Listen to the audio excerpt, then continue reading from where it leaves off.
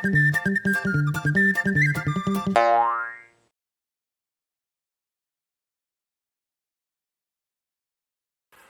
and welcome to this video, and on this video I'm going to be giving you my thoughts about a video that was recently put out by Jacob Collier of him singing the song Fix You by Coldplay in front of a huge audience, and actually having the guest of Chris Martin come up on stage and sing it with him. The reason I wanted to have a discussion about this is because when I saw it, my interest was piqued, because I thought, on the one hand, we had possibly the personification of modern, bland, popular music in Coldplay, up against possibly the personification of just gratuitous virtuosity being promulgated through Instagram and YouTube, which is Jacob Collier. I have problems with both of these musicians, but for completely different reasons. Coldplay don't seem to have the juice or the vibe or the emotion that comes with real music playing. It's too produced, it's too computerified. The songs are very simple, they don't stress you out, they don't challenge you at all. But they seem to be lapped up by the general public. But hasn't that always been the case with popular music? And maybe I'm looking back with rose-tinted spectacles. On the other hand, someone like me who grew up listening to like jazz fusion musicians and progressive rock musicians and had an appreciation of technique and craft and capability, I should only be blown away by the young teenage prodigy that is Jacob Collier, with his ability to sing all these incredible harmonies, have this huge knowledge of music theory where he brings in negative harmony, and he brings in ideas about microtones and stuff like this, and he plays all the instruments, and he takes popular songs and he rearranges them, and from his little bedroom just banging stuff out online, he has built this career which has ended up with him playing in a venue, as you can see on this video, and the link's down below if you want to watch that now before I delve into it, because I'm not going to put any of it up here, because the whole thing will be blocked as soon as I put any of this up, because we're dealing with a certain area, we're dealing with a certain cultural place that I'm just a lowly YouTuber. As you can see, I've returned to my old haunts, my old environment. Here I am. I thought it was only apt that I come back here just to let you know where I started. Sat in my coal garage in the dark. It's so dark in here and it's cold. Well, it's cold in my new studio, but it's cold here, and I got my old records here, and it was funny coming back in here because I spent so much time in here making YouTube videos. But now it's just become a storage room, and it's sort of dying, it's dying, this room is. I need to make it into something else. But from starting down here, doing ranking progressive rock albums, and now I'm doing all the stuff I've done. But Jacob Collier is the poster boy for this. The son of classical musicians, classical music teacher, brought up with all the stuff around him, all the instruments, and been just given a playground to live in and to pursue his artistic skills. I'm sure the guy never went to school that much. I'm sure he didn't get that many, qualifications and anything else, but he probably did. I'm just being bitter. Am I being bitter about Jacob Collier? How can I not like Jacob Collier? And how can I not like Coldplay? They're both the opposites, and here they are together. Anyway, so I click on this video and I start watching it, and I'm noting down, I thought, I'm going to be able to do a brilliant rant video out of this, and I notice all the beautiful people in the audience, and then they're crying, and you can see all the couples together as they're singing it, and then Jacob leaps out and does it's almost Christ-like in the way he manipulates the audience, and then Chris Martin comes up and he's jokey, and he's like, he puts himself down because he's not the sort of musician that Jacob is, and he cracks a few jokes about that.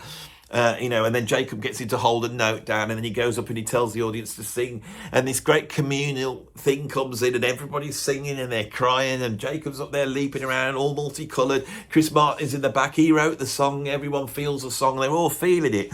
And as I was sat there noting all this down to get a good rant out of it later on, I noticed I was sat there with a smile on my face like this.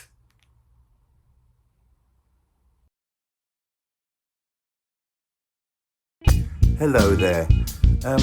Sorry to interrupt the show like this, But I just wanted to say near the beginning of the video, because it's a thing that proper YouTubers do, I would just like to ask you if this is possible, because I don't know how many times I've asked you, and if you haven't, you really should have by now.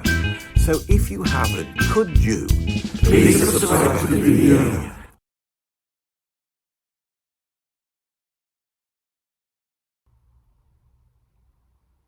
I was enjoying it. I was moved by it. I was taken up in it. There was love in the room. There was community. It was the wonder of music to bring people together in that way. A simple song with a simple lyric. The idea that we're broken and someone can come along and fix you. Nobody can fix you. But there's the promise that they could. And that is like a warm, cozy bath to sit in. And more recently, me being the awful contrarian that I am, I thought, if the Coldplay are so successful, what is it about them that's so great? And what are the good points? That's the contrarian side of me. And last year, watching them at Glastonbury, I thought, well, he can perform, he can hold a song. They've got some decent songs there. And I've started to grudgingly, see some worth in there, not to be completely negative. With Jacob Collier, my opinion changed when I thought, he's not a jazz musician. You're thinking of him like a jazz musician. He's a pop singer, and he's a pop singer that sells virtuosity to normal people. That's what he does, and he does that very well. That's a skill as well. So I've softened a little bit to these two. So it's very interesting to see them going on. I know people here will know Jacob Collier and want to know what I think about him. And they will also know Coldplay, because we know that most of the views on this channel absolutely hate Coldplay. Now, I happen to know the Chris Martin's personal manager, just somebody I know. So I sent him a message and I said, look, I'm not a big fan of the band, but it's an interesting video, and I thought, is there any chance that you could get Chris Martin to have a chat? So he messaged Chris Martin, and Chris Martin has agreed. He agreed. So I've just literally done a Zoom interview with Chris Martin, and I've been able to take these things up directly with the main guys. So I'm now going to pass on to this Zoom interview. The proviso was that I did not put it in the title. I wasn't allowed to put interview with Chris Martin because, there's certain things that have to go with that. And, obviously if I did, it would have done my channel a lot of good, but I'm just going to have to sort of lap that. Was a shame, because this is like the biggest guest I've ever had on the channel anyway. But I thought I'm not going to back down just because it's Chris Martin. I'm not going to go all, star-studded. So I've told him straight what I think of his band and him. And so this is a very, very interesting video. This is why I wanted to come back to this room here to go, look, this is where we started, and now we're talking to people like this on the channel. Absolutely incredible. So ladies and gentlemen, here is my interview with Chris Martin. Hello there. This is quite a momentous moment, I suppose, for my channel. We've got an absolute superstar with us today, Mr. Chris Martin from the band Coldplay. How are you, Chris? Hi there, Andy. Nice to speak to you. Yeah, that's great. So, like I say, I'm not a fan of the band. Neither is anybody who watches my channel. In fact, there's quite a lot of serious hate for your band on my channel. But I saw you in that video with Jacob Collier, right? And I mean, I thought you were like just a terrible singer and musician, but there was one point when you knew what key he'd changed to, and I thought, well, maybe it's not all bad. And as you know, your manager David Kakoff, right? I've known for many years, so I messaged David, any chance? And he said, yeah. So I thought it would be good to chat with you about this, and just because I don't think people in your position actually hear people telling you how crap you are as a I mean, are you aware how crap you are as a you'd be surprised, Andy, what people say to me. Yeah, I'm aware. Really? I'm aware how rubbish I am. Yeah. So why do you think you're so successful, or did you sell your soul to the devil? What is it? Something like that. Have you had to? What have you done to people in the industry to get to this place where? I mean, you've been here for years, putting out the same old rubbish over and over again. and you never go away. It's like herpes. I know we're like the McDonald's of music, bland, tasteless. Is that how you? I mean, what sort of music do you like, Chris? If you weren't doing Coldplay, what would you be? What sort of music would you be playing? What sort of stuff do you like? Bavarian wedding music.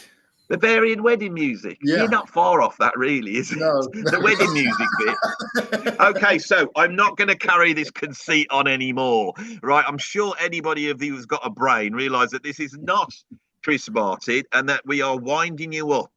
Obviously, I don't know Chris Martin. If I knew Chris Martin, I'd be like kissing his bottom at the moment. I wouldn't be saying all that to him because he'd go around and get his people to come around and kill me. You're right, David.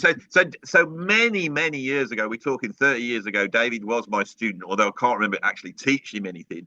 So this is David Jenkins. And before that, I remember seeing you when you were about 50 with Strange Brew up in Stourbridge. Yeah, William Parker. So, you know, now David came to me. He's a serious player. You're into all the same music we're into, aren't you? You came up listening to Jacko and you bass player originally. Jack Bruce, anyone called Jack. I love all the esoterical stuff, jazz and My Vishnu, you know, and I still come back to it. You know, Billy Cobb. In fact, I was in Slovakia recently and brought a Billy Cobham album. You know, it's like which one? Crosswinds. You know, that's the best one. And it's fantastic. That's my favourite one on vinyl, and so I'm still into that stuff. Yeah, it's never gone away. It's never gone away. So you know, so David basically left college, got a career in music. He's doing all sorts of stuff, and then he was remarked upon, I suppose, that you had a passing resemblance to Chris Martin from Coldplay. Were you a fan at that point? Not at all. No. Not at all. I mean, it was nice getting the attention of people coming up to you and saying mostly nice things, you know. Yeah. Mostly females, actually. But yeah, I wasn't a fan. And then I saw them live. I saw them live in 2008, I think it was. And I was kind of semi-dragged along, and I was actually blown away. They were really great live. Chris Martin is a phenomenal front person. I agree. I hadn't really thought this until I saw them on Glastonbury. Incredible performer. Yeah, I mean, and you know, he's not got the musicality of the jazz side of things or the fusion side of things, but I don't know many jazz or fusion players could do what he does. They couldn't do it. No, it's horses for courses, really. So I saw them live. I thought they're fantastic. But then, you know, I wasn't like rushing out buying their records or anything like that. It was still like just like a passive kind of liking of them, I suppose. It wasn't until I started doing what I do now that I started to appreciate what they do, really. So, yeah. And so somewhere along the line, you decided to sell out completely and form a Coldplay tribute band, which has now gone on to be one of the leading Coldplay tribute bands in the UK. There'll be a link down below for all you. There'll be no Coldplay fan. This interview will do you no good, right? But if you are a Coldplay fan, you want to go and see Ultimate Coldplay. The link is down below. Most of the guys in that band I know or I've taught. They're all serious players, and I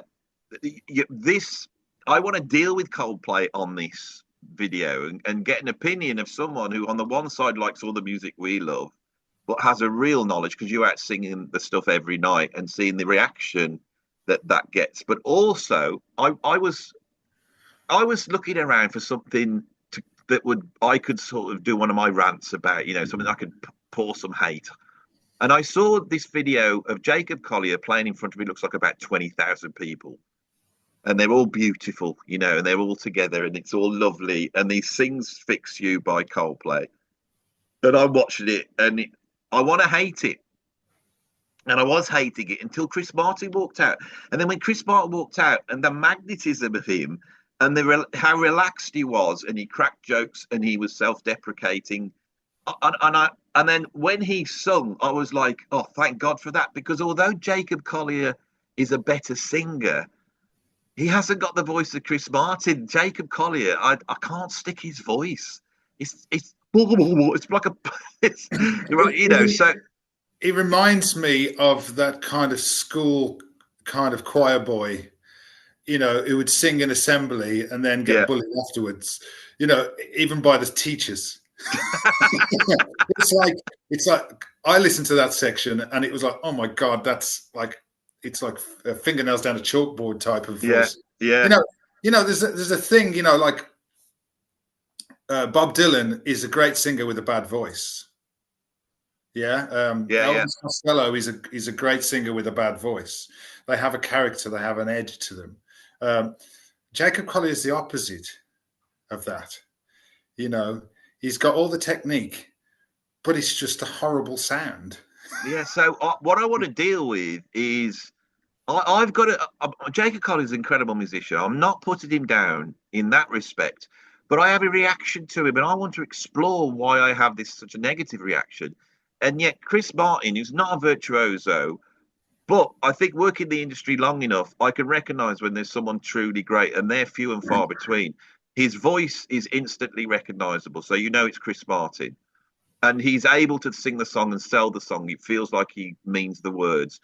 The lyrics, I mean, you watch that, and the reason why everyone's bursting out crying is because Fix You is a decent song. And when it's reduced down to just basically piano, I mean, at one point when they just get him to play the one note, and then Jacob Collier gets up and directs them and creates this chord, and you can tell it's not rehearsed, and Chris is like feeling his way through. And I thought, there's so much worth here that I do want to come on the channel and be just argue up this other side of music, the song side, the ability to get up on stage, to move people, make them happy, to sing a song that's positive and all that type of thing. So can you tell us a little bit about what you've learned playing the Coldplay songs? Obviously, I mean, you said you're not a fan of all the songs, but what would you say is their why they've been around for 30 years? Why are they still here? Well, that's like 25 years, isn't it? Yeah, I mean, there's a simplicity, obviously. And sometimes I think to myself, when I'm learning a new song, or when they come out with a new song, I'm kind of listening to it thinking, is that all it is? I mean, if it was me writing that, I'd put maybe the chord here or a different kind of structure there, or I'd put a bridge here. But they seem to edit it down to almost its bare bones. And then, so the actual playing or the kind of the writing part is very simple. It's all the other little hooks they add on, and it's kind of like ear candy. You'll get like little bits of synth come in or some strings come in, and that's where it gets the audience. Also, lyrically, it's not challenging in any way. Sometimes the lyrics, they're a bit abstract and don't really make sense when you're reading them, but they sing well. Paul McCartney does that a lot. If you read McCartney's lyrics, sometimes it's like, well, what does that mean? But it sings well and then it sounds well. So they do a lot of that, which I think is an attractive, especially on a mass scale, and it's kind of singing about these shared emotions, these things that people all experience. And I think that's a hard thing to do. As a musician or as a songwriter, because you tend to want to put more in. You want to put more. That's an interesting point. That is, it's like, oh, I'm going to I can do this, so I'm going to do this, and I know about this subject, so I'm going to write about it. And I do love music that all called full. It's like lots of harmony, or sometimes you'll get Elvis Costello, who's like not so much on harmony, but there's loads of words and there's loads of double meanings and wordplay, and it's very clever. But that stuff doesn't fill Wembley Stadium 10 nights in a row, and that's the difference, I think. And that talent is few and far between, because it's actually hard to write a song. Because if you're a stadium band, the truth is nobody can see you. They can't really hear you properly. So everything's got to be grand gestures, and every song the audience has got to be able to sing along to. So I imagine at a Coldplay gig, and this is what you felt the community watching that thing with Jacob Collier is that everybody starts singing the song. So you can't even write with a wider range than about half an octave. It has to be in a range that most people can sing in, and it has to have a beat where it's just a thump.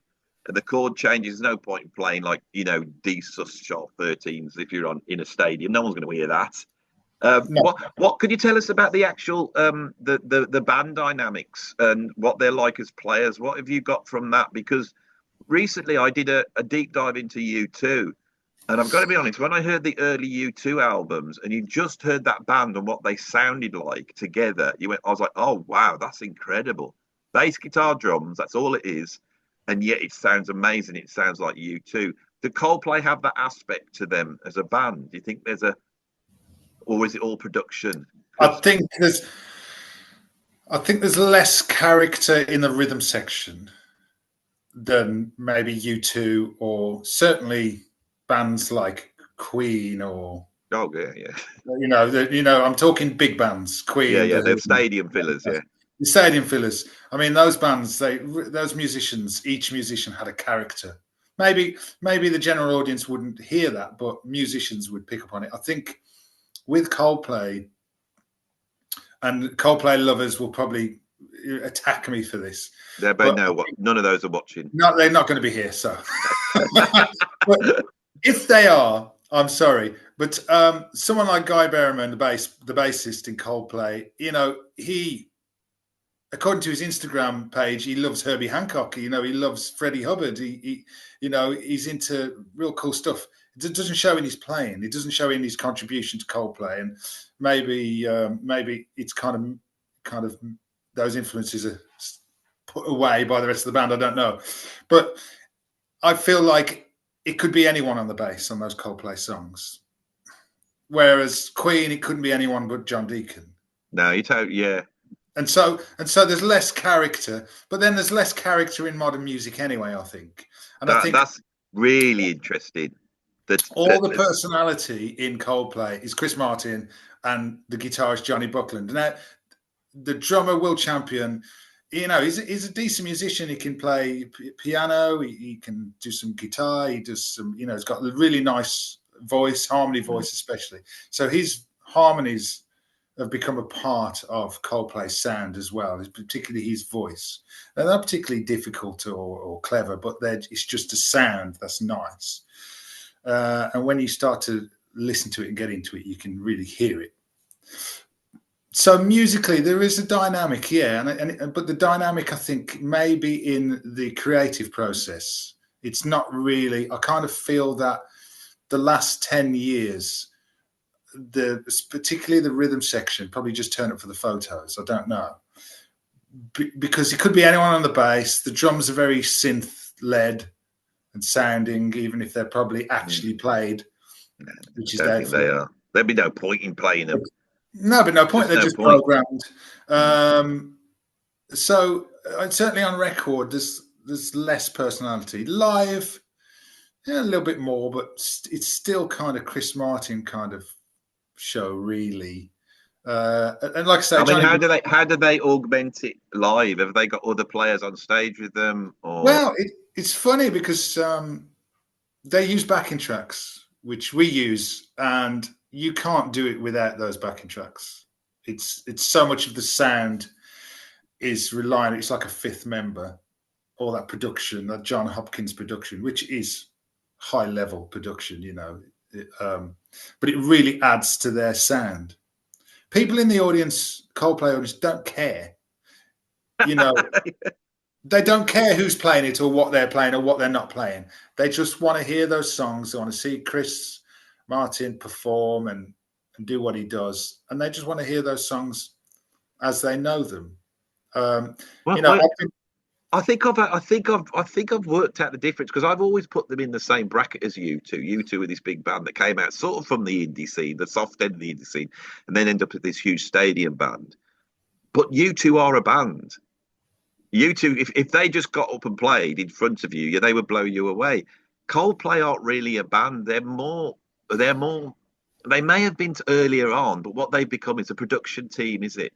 Yeah. And so I'm sure Will Champion is involved, but he's probably involved in the songwriting process, backing vocals. It's all they're in a room sat by a computer, I imagine, writing songs together. And so what's disappeared in the 25 or so years they've been around is the band. The band's no longer there, you know. So the band dynamic is lost on record. Now, if you were to see them live or watch them live, you would hear songs that from yesteryear where that band dynamic comes back. You know, songs like "God Put a Smile on Your Face," where they kind of, dare I say it, jam and improvise a little bit. They're never going to go out there, but they do a little bit, and you can hear that band dynamic's still there from like the first 2, almost 3 albums where they had the band dynamic. It was lost, and you're right about U2. I mean, U2 played the Sphere, and I saw some clips,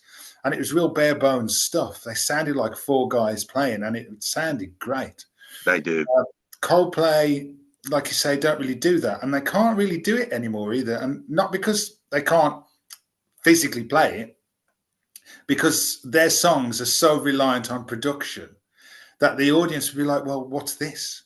You know, where's all the other stuff? Where's all the ear candy, you know, to make those songs come alive? And I wish they would have the guts to write a ton of songs, go to a rehearsal room, rehearse them up, go into some big studio with a really good producer and play them live. And hear all the nuts and bolts and hear all the creakiness, because that's what I think that's why I hate them. It's not them and it's not the songs. I got no problem with very simple pop songs. With or Without You by U2 is one of the greatest songs ever written as far as I'm concerned. And it's like, you know, it's a 1-5-6-4. It's got just a pedal bass all the way through. It's like, but the way they put it together, there's a drama to it because you feel that they played that live in the room. I feel like they did, and I can feel it. Whereas with Coldplay, I don't feel that. And that's the bit I don't. I think I've gotten to the thing I don't like, and also as I've got older, I've recognised what I actually do like about Chris Martin, and it's him. And I think he's an incredible one-off, able to do something that not many musicians do, and that's hold focus of 20,000 people in a room. So I think we've got Coldplay nailed. This is the fun bit. Jacob Collier. So I know you're a muso, and I messaged you about this, and you went, "Oh, I'm not so keen on Jacob Collier." Now, Jacob Collier is the opposite. He knows all his bloody chords, and he can play every single instrument. He's now playing guitar amazing. You know, he's got all the perfect pitch, and he sings all the mad harmonies, and he's on his negative harmonies, and sings his microtones, and he's an absolutely incredible player, the opposite almost of Coldplay. So why don't we like him? What is it about him that gets on your nerves? Because it's clever. It's like, just because you can do it doesn't mean to say you should do it. You know, I mean, there's moments in John Coltrane's kind of live set where he plays like Naima, and he plays it really beautifully and softly and sweetly. You know, he's not burning through it. You know, it's like he could, but it's like restraint. Goes a long way, I think. And I just feel that with Jacob Collier, musically, it's all too much. For me, it's all too overwhelming. Like the first time I really heard Jacob Collier was on a documentary, might have been BBC thing. Yeah, I've seen that. And he was doing Stevie Wonder, Don't You Worry About a Thing. Fantastic tune. Just side note, why do so many musicians ruin Stevie Wonder's tunes? I don't know. But anyway, move on. Because they always overplay it. They always overdo it. And again, Stevie Wonder, whoa, one of the best musicians I've ever seen live. He's incredible. Have you seen him live? Yes. I mean, he can do phenomenal. He's just incredible. He can do phenomenal things, but he doesn't do phenomenal things all night.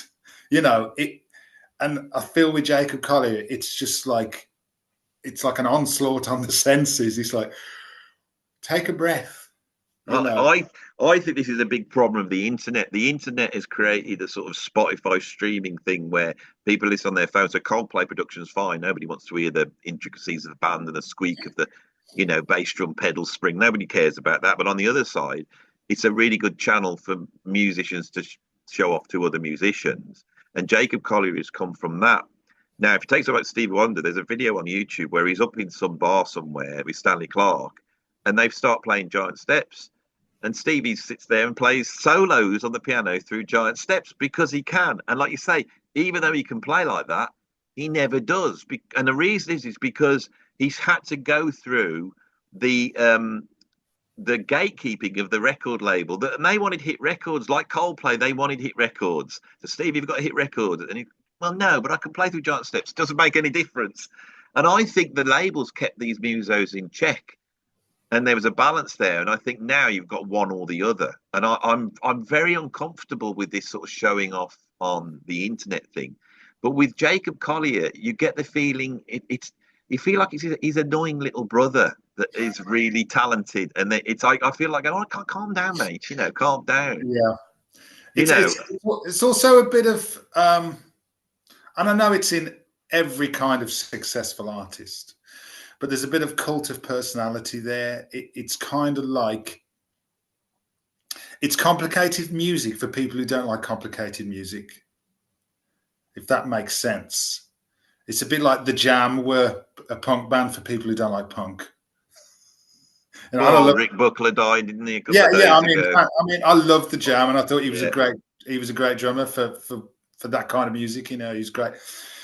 I'm going off on a tangent a bit, but Jacob Collier, it feels like that kind of thing, And I put it to Jacob Collier fans: do you listen to Jacob Collier's own music? Because I've listened to a couple of his albums, and I don't hear songs. I don't hear rich melodies and hooks and things. I hear clever, and for the sake of being clever, and it's all head and no heart.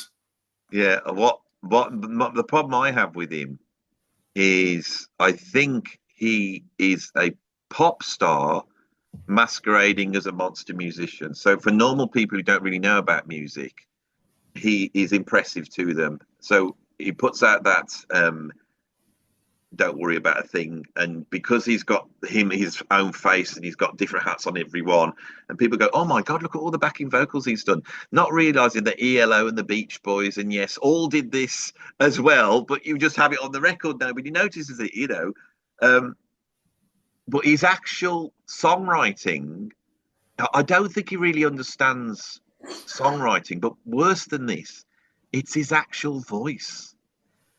To my ears, he's got an awful voice. And if I was signing someone and they had that voice, I would be going, you do backing vocals. You're great at backing vocals. You're not a lead singer. A lead singer's a different thing. Chris Martin is a lead singer. I mean, the guy who plays drums in my band, Neil, he is, I would say, easily the most accomplished musician in the band. Drummers always are.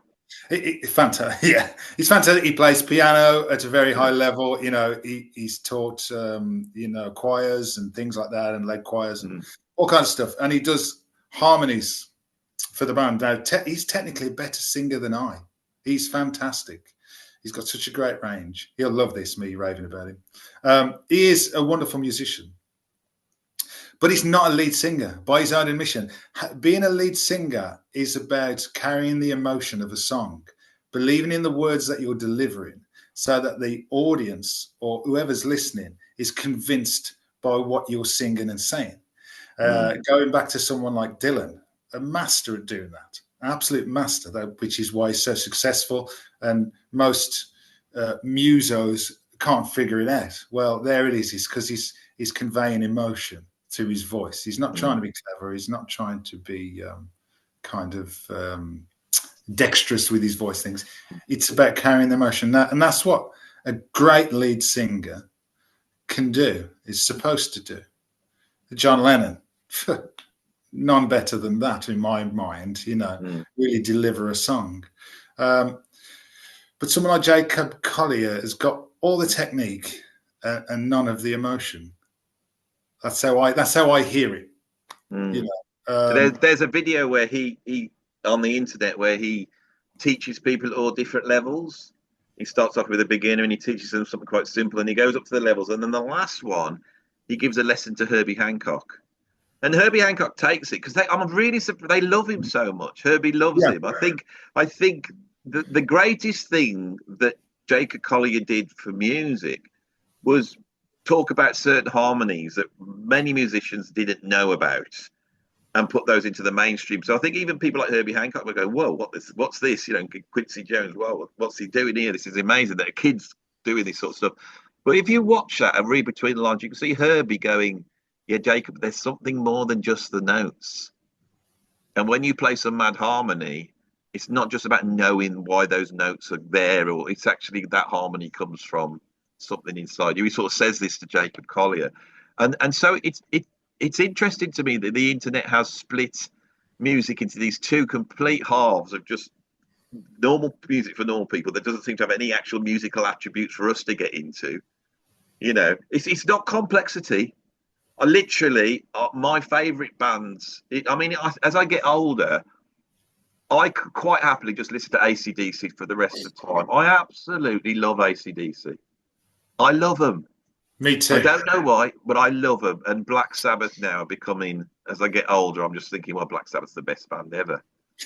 You know, they just are the best band ever. But there's a musicality to it that, you know, and they're selling you stuff. I'm really starting to appreciate Ozzy Osbourne as a singer for exactly what you said, is that he has a unique way of selling a song to the audience, you know. So yeah, I think we've got this nailed. I think we've nailed this. So what's next in the pipeline for you and Ultimate Coldplay? Are you out playing? Obviously, a tribute band, you're out all the time, aren't you? Yeah, I mean, it's every weekend pretty much. We do about 120 shows a year. So and that's your living, isn't it? This is a full-time job, yeah. And yeah, I'll get some sticks sometimes from muso friends and things like that, but it's all kind of light-hearted stuff. I think I'm very lucky, and I enjoy what I do. You know, once I'm up there and you've got people singing along, and you know, and kind of giving you a lot of kudos, and then at the end of the night you get a nice bit of money. There's nothing wrong with that, you know. It's great, and I still get to play the guitar and the piano and sing. And yeah. I can tell you feel a little bit guilty about it. Well, no, not that much. I mean, it enables me to go out and buy expensive jazz records on vinyl. You know, I've got to be honest. The most fun I have ever had in a band was in a tribute band. I hate covers, but I hate turning up to a wedding and they treat you like servants, and you got to walk in and then play the songs they like. If you don't do it, they don't like it. I don't like that. When you're in an originals band, it's great because the gigs are great because the audience come to see you, but you're having to deal with everybody putting everything through a fine-tooth comb. What's about the nuts? Shall we do? I don't know the logo. And everyone falling out with each other. Tribute bands have got the best of both worlds. Is that you turn up, the audience has come to see you. Yeah. And most tribute bands worth their salt, they're not even coming to see Coldplay. They're coming to see you because they like you playing Coldplay. So you have an audience, but the people aren't precious. The musicians just turn up and do it, and they don't then drive home being all miserable. You know that thing in an originals band when you do the gig and then everyone's driving home miserable. Oh, I don't think we did that well. You don't give a toss. Yeah, we need some better songs, or there's an argument over, you know, what to play. What bass note was going to go in the. Yeah. I'm the singer. I should be stood in the middle of the stage, not off to the side. You've been pushing me off to the side. I've got loads of pedals, you know, and all that type of thing.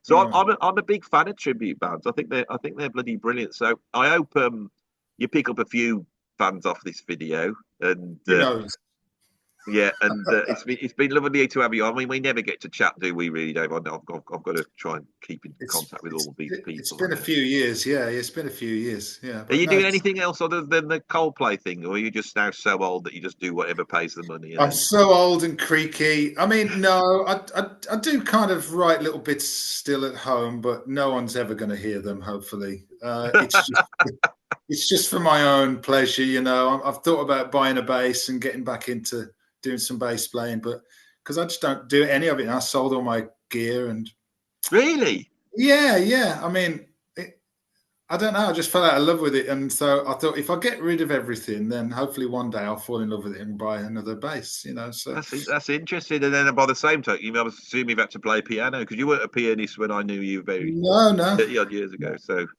no. So I've learned, I had lessons when I was younger, so it wasn't yeah. too difficult. But And how many hats like that have you got? 14. No, I've got, I've just got the one. I've just got the one. Yeah. I'll tell you now, viewers. I told him to wear that hat. I said, if you're going to be smarting on my channel, you got to wear that hat. And the ultimate Coldplay, it's taken you all over the world. I've seen you playing bloody massive gigs. I know. Places that Coldplay doesn't reach. Yeah, I mean, we've been pretty much everywhere. Going to Australia next year. We're back in Europe this year, some point in the summer. Yeah, I mean, I pinch myself and think, wow, is this really happening sometimes? But yeah, it's good. I'm fortunate, but it's been a lot of hard work as well. So the two things go together. Well, I think it's nice. All these people I grew up with, all the musicians I know, and I look at the musicians I know, and a lot of them are still playing. They're still pro. They're still doing all these different things, and it's wonderful to hear that you're out playing. I mean, these big gigs you're doing, they're like thousands of people, aren't they? So sometimes you can't moan, can you? You can't moan. We can't, but we do still. Yeah, because we're musos. I'm 57 this year, so I'm coming up to 60 now. Whoa! And I was drumming, and I'm now knacking my hand up. I'm getting past it, mate.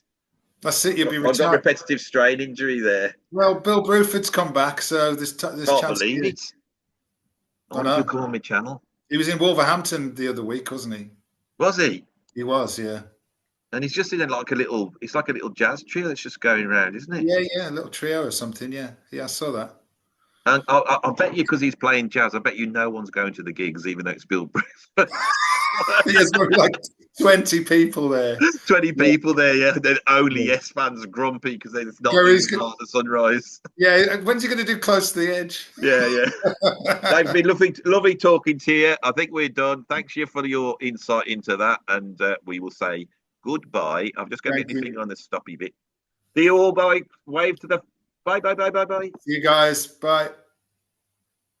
Sorry to interrupt this show in this rude and annoying way, but I just wanted to tell you about a few ways that you can support me here on YouTube and get access to even more weirder and wackier content. First of all, you could become a patron. You could become a free member or a paid up member. I have over 300 extra videos on there, and if you don't even want to become a member, please pop over, because you can access my collections where you can purchase even more weirder and wackier video content. If you want to support me financially with a little tip, buy me some biscuits or maybe some crisps, you could pop over to my PayPal tip jar. I also have a Substack where I have lots of clever, academic and thought out articles where I explain my ideas on art, culture and creativity in a more intelligent way than I do here, plus a whole ton of podcasts. If you want to know what my music sounds like, you can pop over to my Bandcamp. Over there, you'll be able to listen to over 50 albums, and if you want to access them all, you could become a subscriber. And last but not least, if you want to support the wonderful studio where I film these lovely videos, which is actually a charity trying to help people out in the community become more creative, here is the website where you could drop a few pounds or dollars or whatever the currency is in your country in there. Thanks for listening, and back to the show. I do apologise for doing that to you. I couldn't resist it. It's